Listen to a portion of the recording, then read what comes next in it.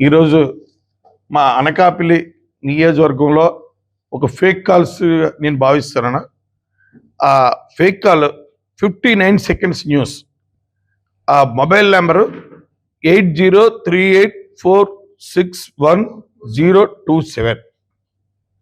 ఈ నెంబర్తో మా అనకాపల్లి నియోజకవర్గంలో మా క్యాడర్ అందరినీ కన్ఫ్యూజ్ చేసే విధంగా కొందరు ప్రముఖ వ్యక్తుల పేర్లతో నాకు తెలుగుదేశం పట్ల ముప్పు ఉందని, రేపు రాబోయే రోజుల్లో దీన్ని ఒక రాంగ్ మెసేజ్ వాయిస్ కాల్ ఈవేళ ఉదయం నుంచి మా కార్యకర్తలందరూ కూడా అబద్ధాలుగా వైసీపీ నాయకులకి గతంలో కూడా మనం చూసాం, కోడికత్తి డ్రామా చూసాం, అలాగే వైఎస్ వివేకానంద రెడ్డి హత్య చూసాం. ఈ వైసీపీ నాయకులకి ఇది అలవాటు. దొంగదారి ఎత్తుక్కొని ఎలాగ మైండ్ గేమ్ ఆడాలనేది ఒక పన్నాగ పడుతున్నారు. తెలుగుదేశం పార్టీ క్యాడర్ అనకాపల్లి నియోజకవర్గంలో చాలా స్ట్రాంగ్. దానికి ఉదాహరణ 2014లో నేను చంద్రబాబు గారు నాకు సీట్ ఇచ్చిన తర్వాత ఆ రోజు చాలా పలు ఛానళ్ళు, పలు టీవీలు, పలు పేపర్లు కూడా వక్రీకరించిన తెలుగుదేశం పార్టీ క్యాడర్ నీతి నిజాయితీగా ఆ రోజు 2014 ఎలక్షన్లో 23,775 ఓట్లు మెజార్టీతో గెలిపించారు. ఈ రోజు కూడా మళ్ళీ ఎలక్షన్లో ఈ మైండ్ గేమ్ ఆటకి ఈ ఫేక్ కాల్స్ తోటి ఇచ్చారు. నేను సైబర్ క్రైమ్కి కంప్లైంట్ చేశాను ఆన్లైన్లో. అలాగే మన జిల్లా ఎస్పీ గారికి కార్యాలయంలో కూడా నేరుగా సైబర్ క్రైమ్ కూడా కంప్లైంట్ జరిగింది. వాళ్ళకి తెలుసో తెలియదు నాకు అర్థం కావట్లేదు. ఈరోజు సైబర్ క్రైమ్ యాక్ట్ చాలా స్ట్రాంగ్ ఇండియాలో, దీనిపై చట్టం కూడా చేశారు. ఇలాంటి ఫేక్ కాల్స్ వస్తే కఠినమైన నిర్ణయాలు, కఠినమైన శిక్ష అర్హులు అవుతారని భారత రాజ్యాంగంలో చట్టం కూడా చేశారు. దీనిపై శిక్షించే వరకు మేము వెనకాడం, దీనిపై న్యాయస్థానం కూడా ఆశ్రయిస్తాం.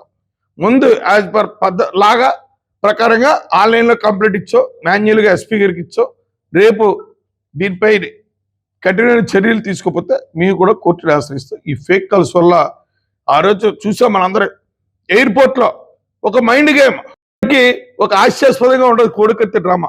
ఈ రోజు కూడా ఆ కోడికత్తి చూపించి డ్రామాడిన సీన్కి, ఆ సీన్ అనే వ్యక్తికి ఈ రోజు కూడా కోర్టుకి అటెండ్ అవ్వట్లేదు ఈ ముఖ్యమంత్రి వైఎస్ జగన్మోహన్ రెడ్డి.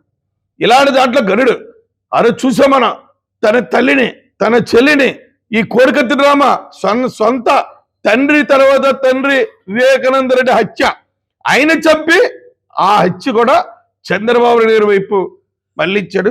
ఎందు కూడా న్యాయస్థానంలో న్యాయమే గెలిచింది. ఆ రోజు వరకు 2019 ఎలక్షన్లో ఇలాంటి మైండ్ గేమ్ ఆడి ఒక్కసారి ఇలాంటి మైండ్ గేమ్ ఆడి లేనిపోని కథలు వెళ్ళి వాళ్ళ అధికారం చేయించుకున్నారు. ఈ రోజు ఆంధ్ర రాష్ట్ర ప్రజానికి అందరూ కూడా కళ్ళు తెరిచారు. అందరూ ఒకటే చెప్తున్నారు. ఈ రోజు ఉదయం నుంచి ప్రతి ఒక్కరు ఫోన్ చేస్తున్నారు, అనియా కోడికత్తి డ్రామా మళ్ళీ స్టార్ట్ అయింది, వివేకానంద రెడ్డి హత్య చేసినట్టు ఇప్పుడు మళ్ళీ డ్రామా స్టార్ట్ చేశారు. ఈ వైసీపీ వాళ్ళందరూ బుద్ధి చెప్పాలా, మీరు కంపల్సరిగా దాన్ని తగిన నిర్ణయం తీసుకోవాలి. పోలీసు వ్యవస్థ ద్వారా సరైన ఎంక్వైరీ చేసి వాళ్ళపై కేసులు పెట్టి రేపాలు కోర్టుకి ఇచ్చి రేపాలు జైలు పాలు చేసే వరకు మనం నిద్రపోకూడదని మా క్యాడర్ అందరూ ప్రతి ఒక్కరు కూడా గగ్గోలు పెడుతున్నారు. మా క్యాడర్ ఎంత స్ట్రాంగ్ ఉండడానికి కారణం ఇదే. మా క్యాడర్ ప్రతి ఒక్కరు కూడా ఈరోజు ఉదయం నుంచి ఇప్పటి వరకు కేసుల విషయంలో మీరు ఇవ్వాలని చెప్పేసి వాళ్ళు చెప్పిన విధంగా ఈరోజు చట్ట ప్రకారం కూడా కంప్లైంట్ ఆల్రెడీ చేసాం. అక్నాలజ్మెంట్ ఇవి ఎస్పీ హౌస్లో తీసుకున్నాం, అలాగే ఆన్లైన్ సైబర్ క్రైమ్ ఆన్లైన్లో కూడా తీసుకున్నాం.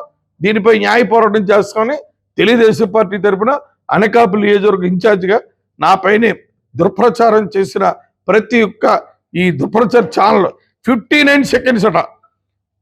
ఆ ఛానల్ పేరు కూడా 59 సెకండ్స్, 59 సెకండ్ల న్యూస్.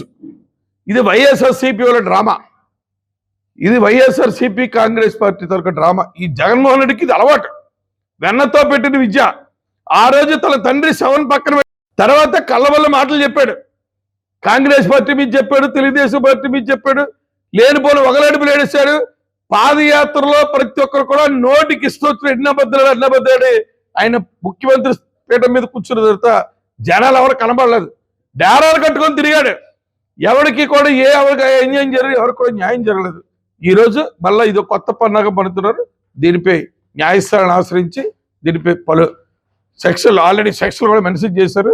రేపు మార్నింగ్ కల్లా మళ్ళా ఆన్లైన్లో మళ్ళీ వెరిఫై చేసుకొని మళ్ళీ ఎస్పీ గారు కూడా రేపు నేరుగా కలెక్టర్ కూడా జరుగుతుంది. వచ్చిన ఫోన్స్ అబౌట్ 3000. అందరూ కూడా ఒకటే చెప్తున్నారు, సైబర్ క్రైమ్ కంప్లైంట్ చేయండి, ఎస్పీ గారికి కూడా నేరుగా కంప్లైంట్ చేయండి. ఈ దుర్మార్గులు రికార్డులు కూడా వ్యవస్థలో తారుమారు చేస్తారని ఆన్లైన్ కంప్లైంట్ చేయమన్నారు. అందుకే ఆన్లైన్ కంప్లైంట్ చేసి అక్నాలెడ్జ్మెంట్ కూడా తీసుకున్నాం. ఇదో దుర్మార్గులు చూస్తున్నాం. చంద్రబాబు నాయుడు ఉదాహరణ, ఆయనపై కేసు పెట్టారు, ఆధారాలు లేవు. మనీ కూడా ఎక్కడ బ్యాంకులో ఆయన పేరుని ఆయన అకౌంట్లు కానీ కంపెనీలు కానీ ఎక్కడ కూడా ఏ విధంగా లావాదేవీలు లేవని హైకోర్టు కూడా ధృవీకరించింది. ఇలాంటి మాయి పనులన్నీ కూడా, ఇలాంటి బూటపు పనులన్నీ కూడా వాళ్ళకి అలవాటిది, వెన్నతో పెట్టిన విద్య. ఈరోజు జగన్మోహన్ రెడ్డికి మళ్ళీ ఇక్కడ పన్నాగ పడుతుడు. దీనికి సరైన గుణపాటు చెల్లించుకునే సమయం ఆసన్నమైంది.